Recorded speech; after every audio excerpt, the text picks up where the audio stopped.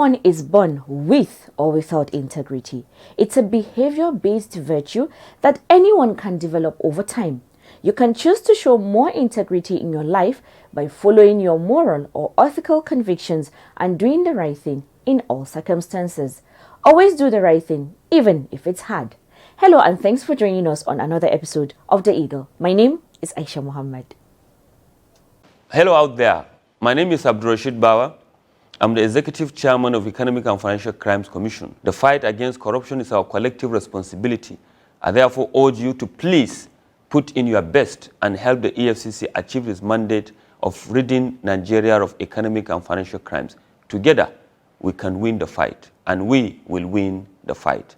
The Executive Chairman of the Economic and Financial Crimes Commission (EFCC), Abdurrashid Bawa, has charged management staff of the Commission to ensure effective implementation of the recently unveiled 2021 to 2025 strategic plan of the agency in order to facilitate adequate tracking and measurement of the Commission's activities and programs.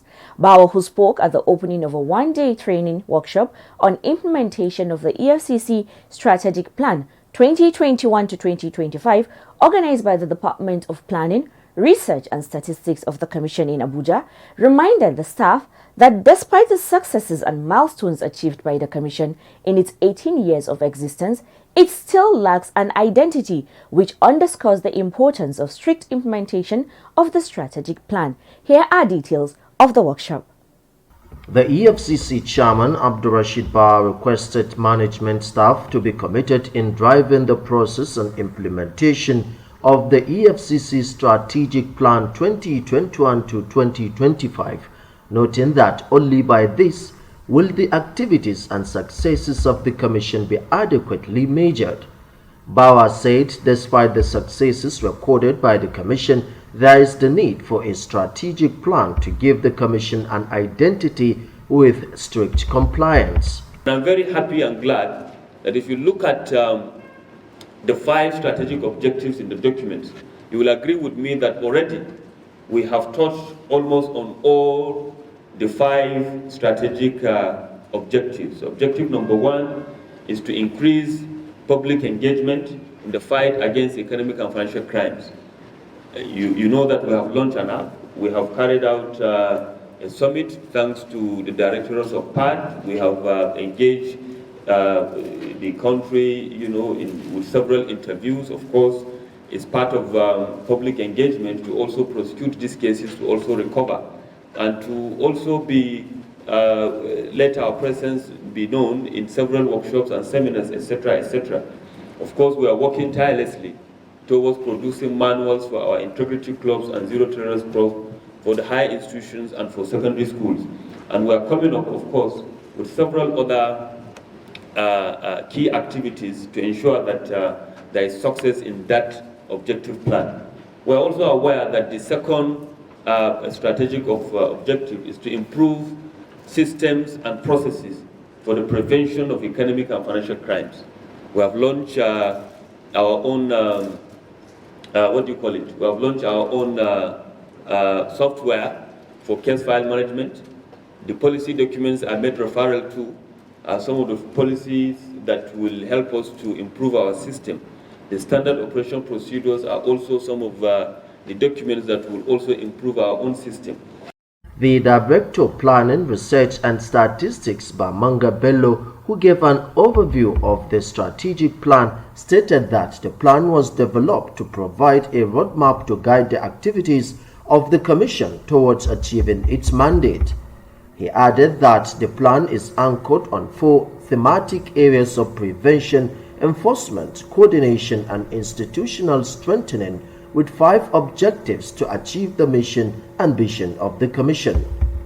Bamanga added that the workshop is designed to sensitize management and staff of the Commission on their responsibilities in achieving the strategic objectives contained in the plan. So the review process was carried out to align the Commission strategic plan with the National Anti-Corruption Strategy, NAT, 2017 to 2021. NAT was launched in 2017, and all anti-corruption agencies are expected to implement certain aspects of the objectives of NAT, critical objectives. So The review process took into consideration the strategic objectives of NAT and was completed, and also incorporated the vision of the current leadership of the Commission. We have to align the vision of the leadership with the vision of the Commission. The strategic plan is anchored on 4 thematic areas of prevention, enforcement, coordination, and institutional strengthening. When you look at Section 6 and 7 of the Efcc Establishment Act, the function of the Efcc are centered on prevention of economic and financial crimes development process.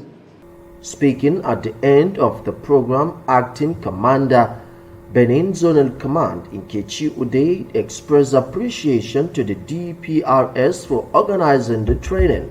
She said the Commission must adopt an all-inclusive approach to ensure that all staff in the 14 zonal commands are carried along. Her counterpart in the Lagos Command, Ahmad Muhammad Gali, observed that the plan will serve as a veritable tool to measure the activities of the Commission. Participants at the workshop include the Executive Chairman Abdurrashid Bawa, Directors, Zonal Commanders, and some heads of units of the EFCC. Abbas Abubakar reporting for the Eagle.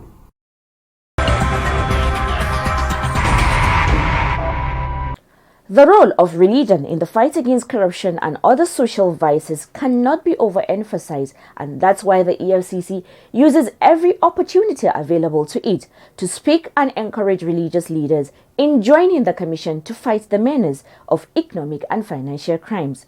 As seen in this next report, where the EFCC gave a word of advice and encouragement to the Al-Habibiyya Islamic Society during the public presentation of Project Eat Halal and Sermon Guide for Imams and Scholars. Again, here are details of this. The Executive Chairman of the Economic and Financial Crimes Commission EFCC, Abdurrashid Bawa, has called on religious leaders to preach on the ills of corruption. The EFCC boss stated this at the public presentation of Project Eat Halal and Sermon Guide for Imams and Scholars, organized by the Just Foundation in Guzape, Abuja. Bawa, who was represented by the head of Creative Communications Unit of the Commission, Deputy Commander of the EFCC, Wanyima Okeno, said there is an urgent need to teach people in the society the ills of economic and financial crimes as it affects our daily lives. She stated that the EFCC is vested not only with the responsibility of arresting and prosecuting culprits of financial crimes, but mandated to prevent economic crimes, including corruption, by working with faith-based organizations like the Just Foundation of Al-Habibiyya. The initiative is a very good one because the EFCC is it's not all about arrest and, like I said earlier, arrest and detention, but what they do is to encourage people to desist from corruption, and the way we do it is to integrate everyone. And what the Al-Habibiyya is doing here is trying to encourage imams to teach anti-corruption antics, because if you catch them from the churches or from the mosques, you're doing the service of enlightenment, teaching people how to eschew corruption, because that's what it's all about.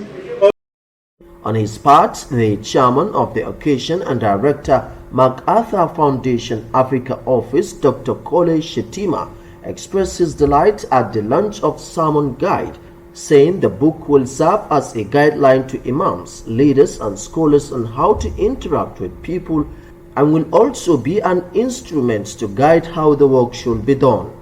Also speaking, Ustaz Abubakar Siddiq Muhammad, Managing Director, Comerel Travel, said the Sermon Guide was published to serve as guide to imams in teaching Muslim faithfuls in contemporary issues including corruption.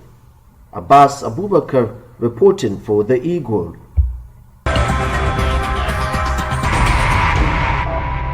If you're just joining us, the program Is the Eagle a production of the Public Affairs Department of the EFCC? Next are court updates. Please stay tuned. The Economic and Financial Crimes Commission (EFCC) has rearranged two British nationals, James Richard Nolan and Adam Quinn, at large before Justice D.U. Okorowa of the Federal High Court, Abuja, for their alleged complicity in the controversial Process and Industrial Development Gas Processing contract, leading to the $9.6 billion arbitral award to P&ID Limited by a United Kingdom commercial court. The defendants, both directors of Goidel Resources Limited, a designated non-financial institution (DNFI), and ISIL Limited, were docked on a 32-count charge bordering on money laundering. After the charges were read to them, the third defendant, James Richard Nolan, pleaded not guilty to the charges. Adam Quinn, who is at large, was not available to take his plea, but prosecuting counsel Ekele Iheanacho requested that his plea be recorded as guilty, which the judge granted. In view of Nolan's not guilty plea, Iheanacho asked the court for a trial date. However, defense counsel Michael Ajara applied to the court for the defendant to continue enjoying the bail granted to him by Justice Okon Abang, which the prosecuting counsel did not oppose. Justice Okorowa thereafter adjourned the matter till December 13, 2021 for commencement of trial. Abbas Abubakar reporting for the Eagle. Pretending to be someone you're not can get you into trouble. You could face legal and financial consequences for years to come, and your reputation in the community would take a big hit as well. This crime goes by many names, whether it's false impersonation, false personation, or criminal impersonation. It is a very serious offense. In many cases, it's a felony. It is closely linked to identity theft that the two crimes are considered one and the same in some crimes. Impersonation is regarded as the act of pretending to be someone else with intent to mislead or deceive. The Economic and Financial Crimes Commission (EFCC) has a unit which investigates this kind of offense. Let's join Ojotoktame Eche and our guest from the Advanced Fee Fraud Unit in the interview segment as they discuss impersonation and all we need to know about it. Over to you, Ojotoktame. We're glad to have you on this segment of the program today. My name is Ojo Chukutami Eche, and I'm here with Daniel Nwaka. He is the second in command cybercrime section of the EFCC headquarters. Mr. Nwaka, welcome on the program. Welcome, thank you. Let's start from the very beginning. We're talking the evil and consequences of impersonation. So let's know the meaning of impersonation. What exactly does it mean? Impersonation comes in two different types or ways. There's the normal impersonation, which is done for entertainment purposes. For example, you can go on Facebook and you can see people that claim to be the late Chief of Staff, Dr. Abakari. Some people say they are the late Chukwemeka Ojukwu. So those are for entertainment purposes. And most of them have parody accounts. Those are accounts that people know that they're not the real people, but just for entertainment. Then there's criminal impersonation, in which people assume the identities of other people in order to perpetrate fraud. So, in a layman's term, criminal impersonation is assuming the identity of another person in order to perpetrate fraud. How is impersonation an economic or a financial crime? Because this is the Economic and Financial Crimes Commission, and you deal in impersonation as well. Yes, we do. So how does impersonation concern you? Impersonation most times doesn't stand on its own. When you impersonate a person, you are doing it in order to obtain funds or goods illicitly or fraudulently from another person. So that is, impersonation piggybacks on another major or economic or financial crime to be done. In what ways can someone impersonate another person or an entity, maybe another body, for instance? Okay, you can open a Facebook account and say you are the EFCC, and then collect monies from people in order to investigate their cases. which is not something the EFCC does. But when you collect monies from an individual in order to investigate a case on his behalf, when you're not even a staff or a member of the EFCC, that is impersonation in itself. I can open an Instagram account or a Twitter account or any account and just say, okay, I'm President Muhammad Buhari. I put his picture as my display picture, and I tell people I'm looking for ministers in my cabinet. I need you to pay 10 million naira to be considered a minister in my cabinet. Some people might be gullible enough to fall for that, and once they pay money to the person claiming to be President Muhammad Buhari, then the fraud has been committed via the impersonation. Impersonation doesn't require a system or a laptop or any form of electronics. You can go to a market woman selling on the road and tell her you represent a bank, and your bank is giving out loans to people on the streets, but you need them to facilitate that loan. And you might tell them, facilitate with 5,000 naira, facilitate with 1,000 naira, and if you collect 1,000 naira from 100 people, that's 100,000 naira. So you've impersonated a bank or any entity to the layman, and you've benefited X amount from the person. So the man on the street can impersonate another person. We've had cases of exams like JAMB and SSE for someone writing exams for another person. That in itself is impersonation. We have cases of people pretending to be the firstborn sons or firstborn children of a particular family in order to get the person's inheritance. That is impersonation too. So it doesn't have to be restricted to computers or social. Let's look at Section 22 of the Cybercrimes Prohibition and Prevention Act of 2015 and try to interpret it a bit. The first subsection says, any person who is engaged in the services of any financial institution and as a result of his special knowledge commits identity theft of its employer, staff, service providers and consultants with the intent to defraud is guilty of an offense. What exactly does this subsection mean?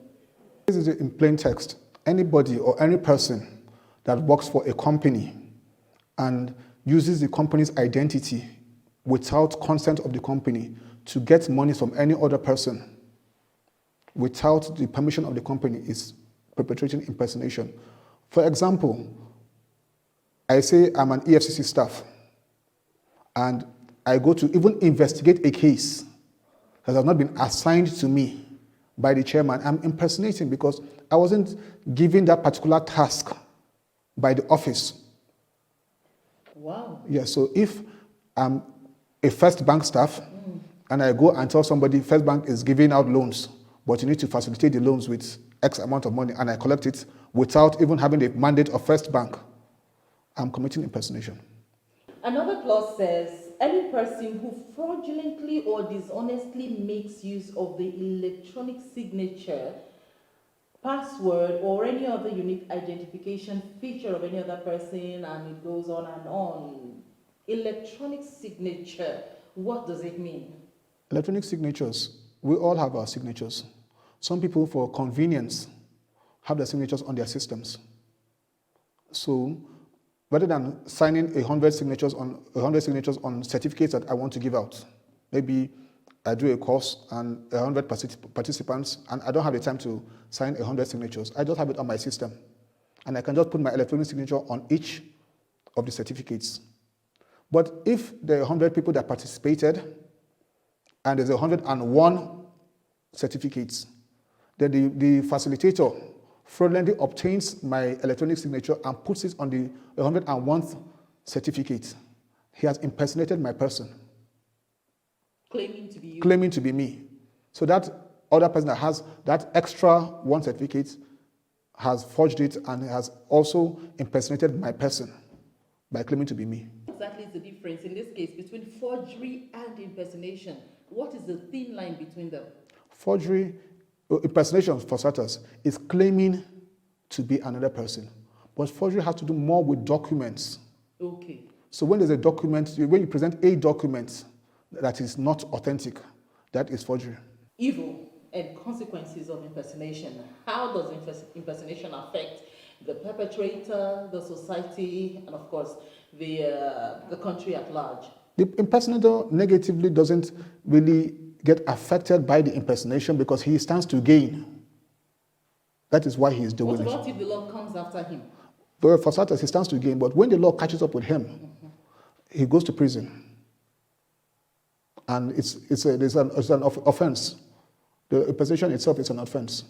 So when the law catches up with him, he has to go to prison. For the country at large, you and I do legitimate business. But if somebody impersonates another person and then gains monies or funds, it affects us negatively, because most of these people that even do these impersonations are not really working for their money. So it's affecting us that are hardworking citizens. Economically, the prices of things go up because there's more money in the market. The law of demand and supply is affected, and those of us that are doing our legitimate businesses have more things to pay for because of what other people are doing negatively. Then let's look at the punishment for impersonation. What does the law stipulate? The law stipulates 3 years just for impersonation. 3 years in 3 years jail, in prison, just for impersonation. So if you impersonate Mr. X and gain money from a person claiming to be Mr. X, the law says for the impersonation alone is 3 years. Then for the crime of obtaining under false pretense, which is pretending to be somebody else, is another jail term. So most times it is added to the 3 years. Mr. Daniel Nwaka, in fighting this crime, what challenges does the EFCC face as a body? We face a lot of problems from the public. The public sees the EFCC as fighting one set of people and not attending to another set of people. They fail to realize that some investigations are short and some investigations take a lot of time. The EFCC deals with all cases that are brought to it, but the case of impersonation most times happen immediately. The cases of cyber crimes most times happen immediately, and we go after these people and get them convicted. The other cases that people tend to talk about on social media, those cases take a lot of time to investigate, and you have my word that officers are investigating these issues, and when in the due time or due course, these convictions or whatever the findings are will be revealed to the public. As we come to the end of the segment of the program, Mr. Nwaka, what's your word of advice to Nigerians listening to you right now? Please shun cybercrimes. Please shun any form of get-rich scheme. Please do not deceive other people to send you monies, be it in Nigeria or abroad. Let us be our brother's keepers. Well, as rightly stated by Daniel Nwaka, shun cybercrime, shun all forms of get-rich-quick scheme, don't deceive people, and be your brother's keeper, so that we all can have a corrupt-free society to better our country, Nigeria. Remember, Nigeria is the only country we have, and we all have to salvage it.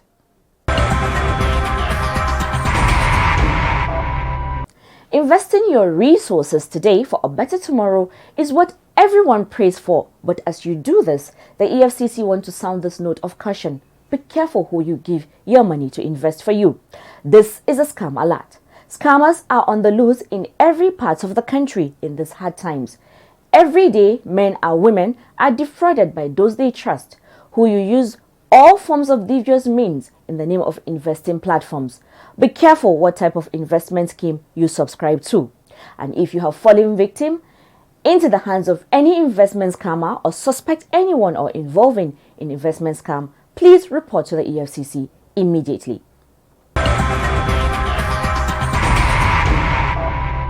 And that's how we end today's episode of The Eagle. Do not forget, for matters relating to economic and financial crimes, please send an email to info@efcc.gov.ng.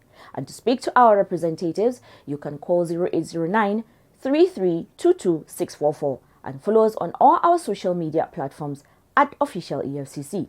If you see fraud happening, use the EFCC mobile app, The Eagle Eye. Download the app, follow the steps, and report fraud on the go. You can also take pictures of corrupt practices and upload them. My name is Aisha Muhammad. As usual, I leave you with this parting words from Zig Ziglar, which says, "With integrity, you have nothing to fear, since you have nothing to hide. With integrity, you will do the right thing, so you will have no guilt." So, supporting the truth, even when it is unpopular, shows the capacity for honesty and integrity. Do the right thing always. Goodbye. God bless Nigeria. Please stay safe and be kind to one another.